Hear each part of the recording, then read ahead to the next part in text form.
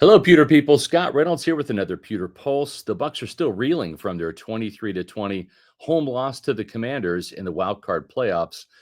And after seeing Washington win in Detroit, I'm sure there are plenty of Tampa Bay players wondering what could have been if they could have advanced to the divisional round, especially after beating the Lions there in week 2. But sometimes there is some good that can come out of the bad. Tough times make tough men. And there were some tough moments in that loss to the Commanders that will be burned into the minds of several Bucs players that should only fuel their off-season preparation for the 2025 season. I'll let you know what those moments are in just a minute. But first, a reminder, hit the thumbs up button, give us a like. Also, leave a comment. Love reading the comments. Doing those two things, it helps us with the YouTube algorithm.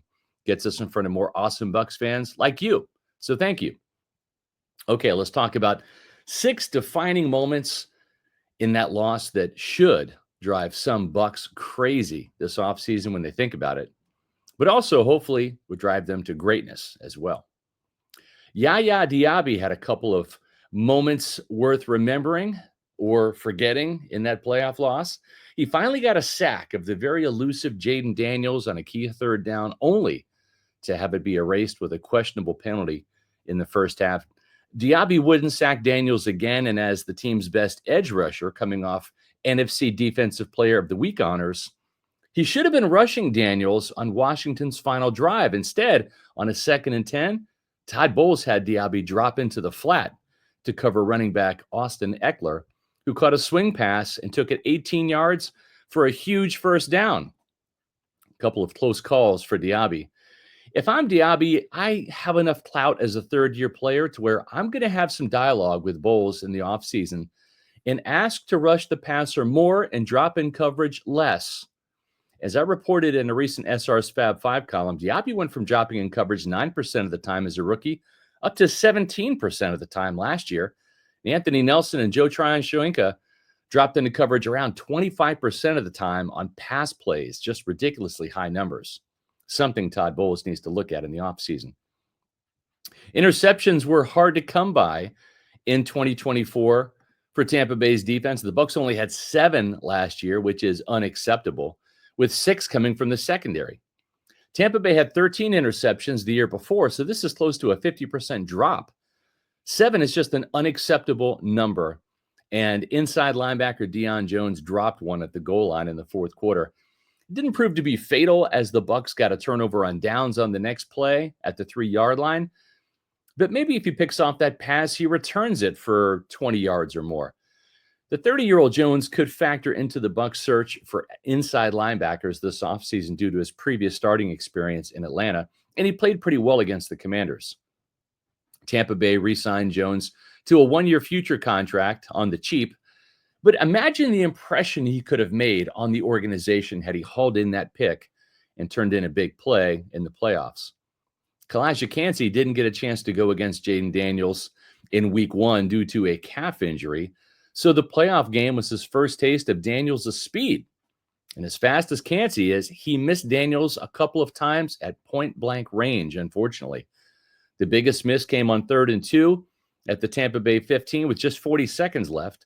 Kancey shot into the backfield because he could only grab Daniels' towel from around his waist and watch as the mobile quarterback escaped and ran for 4 yards and a key first down. That ran the clock down to 3 seconds. Washington kicked the game-winning field goal, and that play might haunt Kancey all offseason as he's lifting weights and working on his pass rush moves. Speaking of haunting plays, the fumbled end around between Baker Mayfield and Jalen McMillan was costly.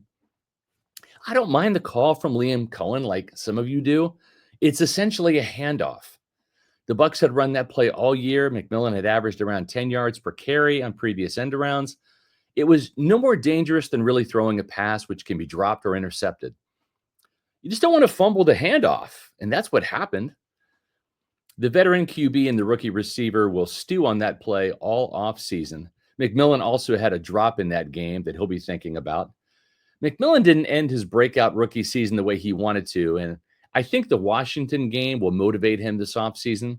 The coaching staff wants McMillan to add some size and muscle to his 192-pound frame this spring and try to bulk up to around 200 pounds. So maybe he'll remember these plays while he's lifting weights at One Buccaneer Place.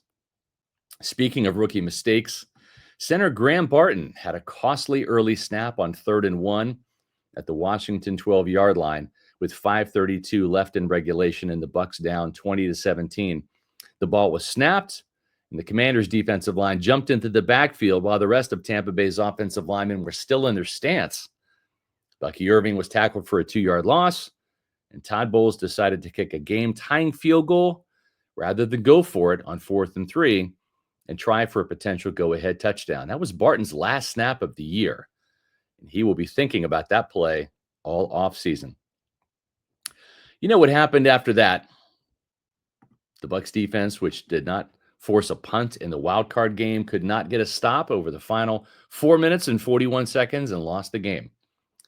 I'm sure that giving up a 4th down touchdown to Terry McLaurin and a 21-yard catch and run on a key 3rd and 6 to De'Ami Brown on Washington's final drive will haunt backup cornerback Josh Hayes too.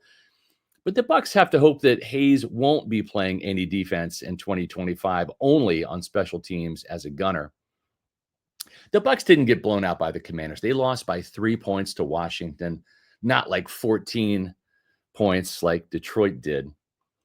Head coach Todd Bowles needs to look in the mirror and fix a lot of things from that playoff loss, from his defensive play calling that allowed the Commanders to convert 55% of their 3rd and 4th downs combined, and his decision to kick the field goal instead of going for it on 4th and 3, considering his defense could not stop Washington on that final drive. And, of course, no takeaways from the Bucs defense either. He's got some game management things he's got to work on. But there were several Bucs players that will be replaying some key plays from that loss in their minds all offseason. And knowing the high character of these Buccaneers, it will only drive them to be greater in 2025 and hopefully have some greater performances next time around and allow Tampa Bay to go further in the 2025 playoffs. Well, we're going further as a YouTube channel. Our Pewter Report TV channels at 17,000 subscribers, thanks to you guys. Incredible growth. Make sure that you are subscribing to Pewter Report TV. Just hit the subscribe button. It's free. That's all you have to do. Make sure you hit notifications, too. That lets you know when there's a new Pewter Report video or a Pewter Report podcast that goes live on our channel.